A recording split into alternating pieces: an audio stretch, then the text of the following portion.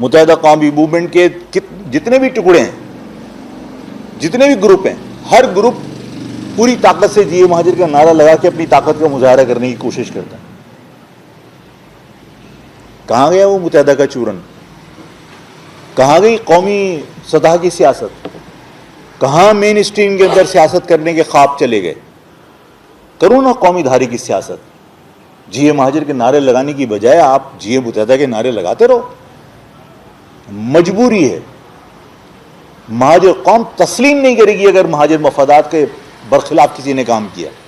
और यही वजह है कि पिछले इलेक्शन के अंदर मुत्तहिदा कौमी मूवमेंट को लोगों ने यकसन मुस्तरद किया। सबको अपनी औकात पता है, सबको पता है कि कितने वोट पड़े थे।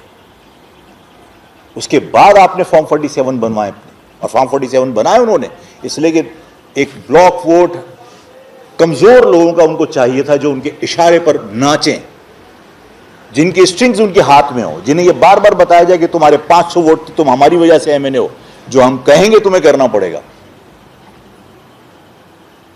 और ऐसा ही हो रहा है। जिन्हें कौंसलर मुंतखब कोई नहीं करे, वो नेशनल असेंबली पहुंच जाए तो जिसकी मरहून मिन्नत पहुंचे वो उसकी खिदमत करेंगे या महाजर कौम की खिदमत करेंगे?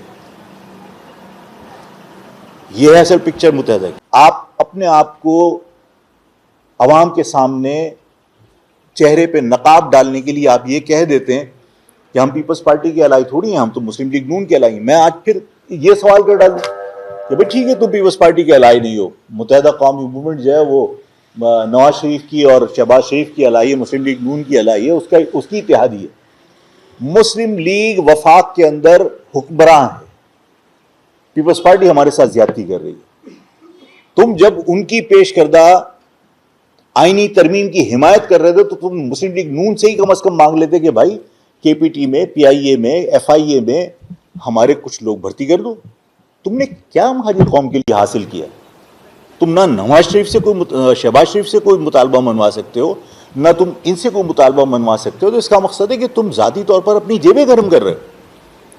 अगर महाजर कौम का मसला तुम्हारी उस असेंबली में हल नहीं हो रहा तो तुम वहां पर फेडरल लॉजेस और मिनिस्टर लॉजेस के अंदर अयाशी के अलावा तुम वहां क्या कर रहे हो? तुम भारी तनख्वाहें और फ्री के एयर टिकट लेने के अलावा, मरात लेने के अलावा क्या कर रहे हो? अगर कौम का मसला वहां नेशनल असेंबली में तुम्हारी मौजूदगी में हल नहीं हो रहा, इस शहर के लोगों को उनके हुकूक नहीं मिल रहे, इस सिंध के शहरी अवाम महरूमियों का शिकार हैं, उनकी महरूमियों का अजाला तुम असेंबली में बैठ के नहीं कर पा रहे, तो तुम वहां बैठे क्यों? तुम्हें रिजाइन करके वापस आ जाना चाहिए था।